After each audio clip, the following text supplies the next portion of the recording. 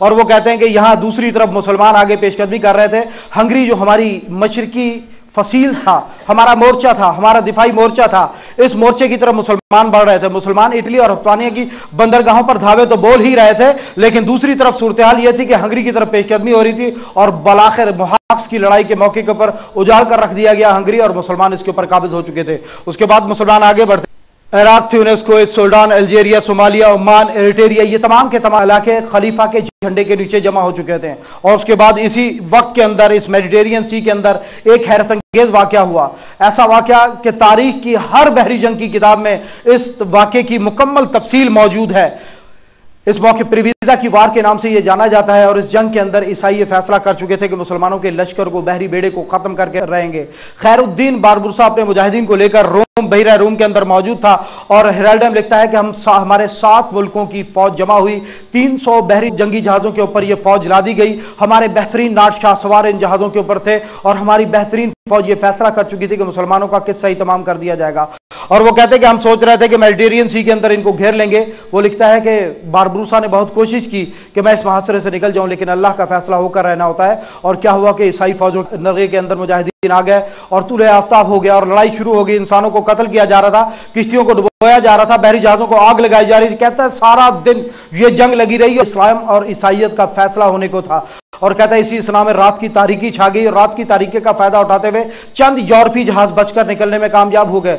बहुत से जहाजों को आग लगा दी गई थी और बाकी जहाजों के ऊपर खैरुद्दीन बारबुरसा के मुजाहिदीन कब्जा कर चुके थे और 250 साल के लिए यूरोप की बहरी कुव्वत की कमर तोड़ के रख दी गई थी। फिर 1683 का दौर आता है। ये इटली, हस्पानिया, कब्रस, मिस्र, दागिस्तान, लुरिस्तान, सल्वानिया, क्लेंटाइन, क्रेट, पोडोलिया, यूक्रेन और उसके बाद कतर और सऊदी अरेबिया, ये तमाम के तमाम इलाके खलीफा के झंडे के नीचे जमा हो चुके हैं। 55 लाख मुरब्बा किलोमीटर पर फैली हुई ये रियासत, जहां एक खलीफा का हुक्म चलता था। एक तरफ यूरोप, एक तरफ अफ्रीका, एक तरफ एशिया, इन तमाम इलाकों के ऊपर खलीफा का हुक्म चलता था। मुसलमानों की एक ताकतवर रियासत मौजूद थी। और इस वक्त के बारे में हेराल्डम ने अपनी किताब में लिखा है कि मुसलमानों से लड़ना अल्लाह की कुव्वत से लड़ने से मुतरादिफ था और अल्लाह ताला ने मुसलमानों का ये अजाब हम पर हमारे गुनाहों की पादाश में मुसल्लत किया। इसी दौर के बारे में देखिए, इस वक्त जो मेरे ख्याल में जंग के ऊपर सबसे मशहूर किताब है द क्लैश ऑफ सिविलाइजेशन, बहुत ज्यादा मुतनाज़ा किताब है, यूरोप में लिखी गई और मेरे ख्याल में पिछली दहाई में सबसे ज्यादा ये किताब यूरोप के अंदर फरोख्त हुई है। उसके अंदर राइटर लिखता है इस्लाम वो वाहिद तहजीब है जिसने यूरोप के वजूद को 2 मरतबा खतरे में डाल दिया। पहली मरतबा जब तारिक बिन ज़ियाद हमारे साहिलों के ऊपर उतरा और दूसरी मरतबा जब ये मुसलमान पेशकदमी करते हुए बयाना को घेर चुके थे। उस वक्त हम समझे शायद हमारा किस्सा पाक होने को है और वो इस्लाम और ईसाइयत को मद्दे मुकाबल समझते हैं। देखिए, क्लिंटन इंतजामिया का सीनियर तरीन रुकन, उसने बाकायदा ऐलान किया और अपनी स्पीच के अंदर उसने कहा इस्लाम और ईसाइयत ग्लोबल रकीब हैं, एक दूसरे के मद्दे मुकाबले। द क्लैश ऑफ सिविलाइजेशन के अंदर राइटर लिखता है कम्युनिज्म के इन्हिदाम ने मगरिब और इस्लाम के मुश्तरका दुश्मन को तो खत्म कर दिया, लेकिन दोनों को एक दूसरे के लिए बड़ा खतरा बनाकर छोड़ दिया। यानी कि कम्युनिज्म से मुराद है रूस टूट गया और नतीजा क्या हुआ, मगरिब और इस्लाम का मुश्तरका दुश्मन खत्म हो गया। लेकिन वो कहता है कि इस रूस के टूटने ने दोनों को एक दूसरे के मद्दे मुकाबल ला के खड़ा कर दिया। वो आपको अपना मद्दे मुकाबल समझते हैं। इस जमीन के ऊपर अगर उनका टकराव है किसी से तो वो मुसलमानों से है। क्लैश ऑफ सिविलाइजेशन में इसमेल पी हंटिंगटन, ये शख्स अमेरिका के सलामती उमूर का डायरेक्टर रहा है और ये लिखता है इस्लाम के दाखिली और खारजी झगड़ों की बड़ी वजह इस्लाम की एक मरकजी रियासत, जिसको हम खिलाफत कहते हैं, मरकजी रियासत की अदम मौजूदगी है और इस्लाम की कमजोरी का सबब बगैर इत्तेहाद के शऊर है। इन्हें शऊर तो है लेकिन इनके अंदर इत्तेहाद, यूनिटी नहीं है और ये दूसरी तहजीबों के लिए खतरे की घंटी है कि क्या ये सूरत हाल बरकरार रहेगी, ये अलग-अलग बिखरे हुए जो हैं ये सूरत हाल बरकरार रहेगी या मुसलमान मुत्तहद हो जाएंगे। और अगर मुसलमान मुत्तहद हो जाते हैं तो ये यकीनन वो अपने लिए इसको खतरे की घंटी लिख रहे हैं। ये लोग रिसर्च करते हैं, देखते हैं उनका दुश्मन कहाँ है, कहाँ से उभर रहा है और वो तारीख से सबक लेके बैठेंगे। जब मुसलमान कुव्वत में आते हैं, जब आगे बढ़े तो ईसाइयत ही उनका ग्लोबल रकीब है और उनसे मुकाबला होता है। इसलिए वो मुसलमानों के बारे में लिखता है अपनी किताब के अंदर, बड़ी डिटेल से वो बहस करता है। कहता है कि मरकजी रियासत कहाँ से उभर सकती है और वो सबसे पहले जिक्र करता है तुर्की का, क्योंकि खिलाफत का साबका मरकज रहा है। लेकिन वो कहता है कि कमाल पाशा तुर्की को इस्लाम से इतनी दूर ले गया है कि अगर तुर्की चाहे भी तो 100 साल लग जाएंगे उसे मरकजी इस्लामी रियासत का रूप धारते हुए। वो दूसरी जगह लिखता है कि सऊदी अरेबिया वो सरजमीन जहां इस्लाम उतरा, वो सरजमीन जहां से इस्लाम फैला, वो सरजमीन जिसकी तरफ मुंह करके पूरी दुनिया के मुसलमान इबादत करते हैं। कहता है लेकिन स्ट्रैटेजिकली कमजोर है और कमजोर क़यादत नहीं क्या करते। ईरान का जिक्र करता है, उसको भी रद्द करता है और उसके बाद वो पाकिस्तान के ऊपर तबसरा करते हुए क्या लिखता है, पाकिस्तान बड़ा हजम और फौजी महारात का हामिल एक मुल्क है, इसके लीडर मुस्तकिल तौर पर इस्लामी रियासतों के दरमियान ताउन को फरोग देने के किरदार के दाई रहे हैं, नेज़ बाकी सारी दुनिया के सामने ये इस्लाम के तर्जुमान बने रहे हैं। ये पाकिस्तान के बारे में उनका ज़हन है।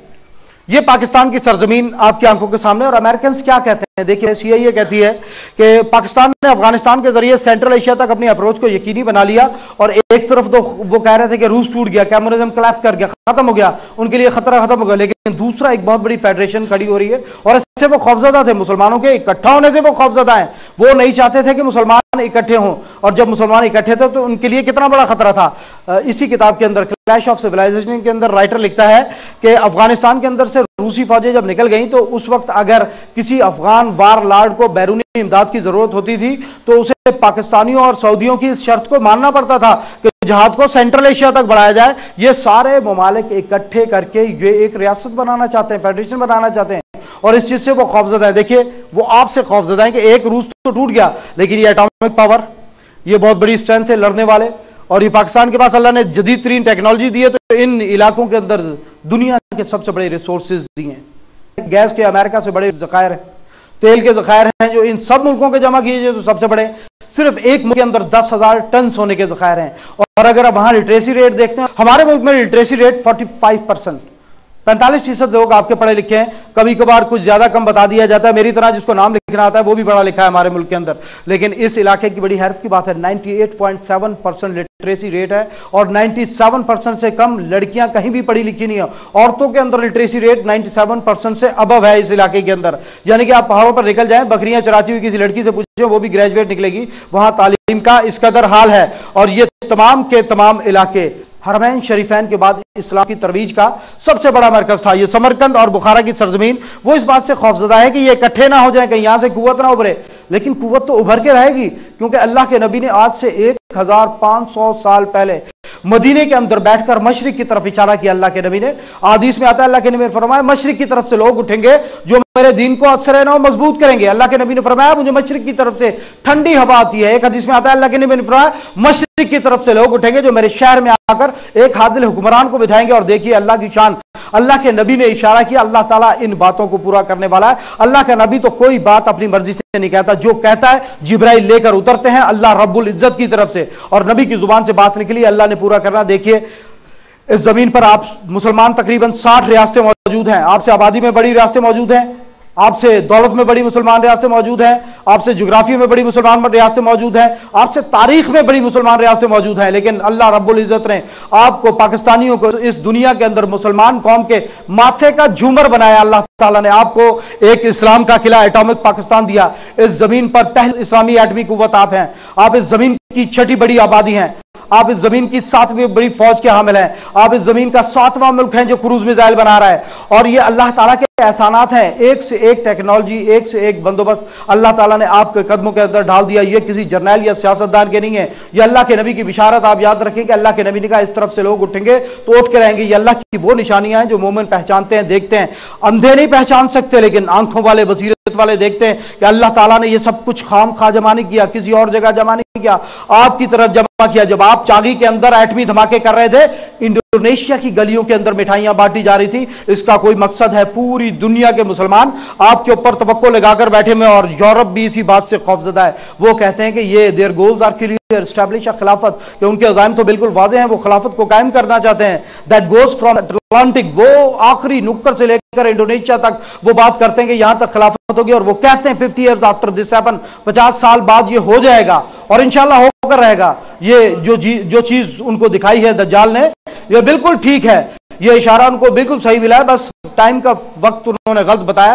50 years आफ्टर नहीं, इंशाल्लाह बिफोर दैट हम कर जाएंगे ये काम। और ये अल्लाह का एहसान, इस चीज से वो खौफजदा हैं, इस चीज को वो रोकना चाहते हैं। आप देखिए अमेरिकन ने इसके लिए क्या ऑप्शन रखा, ये मैप आप देखें, अमेरिकन आर्मी का monthly regular Risala the journal, उसके अंदर ये मैप छपा है। उन्होंने इसका अनुमान रखा है रीड्राइंग द मैप्स, नए सिरे से वो मैप्स को तश्कील दे रहे हैं और वो पाकिस्तान का नक्शा आपके सामने देखें। आपसे ये आपका इलाका सरहद का अलहदा कर दिया खैबर पख्तूनख्वा, और ये बलूचिस्तान को अलहदा करके, यहां से बलूचिस्तान को अलहदा करके ग्रेटर बलूचिस्तान बना रहे हैं। ये शुमाली इलाका जात को अलहदा करके अफगानिस्तान को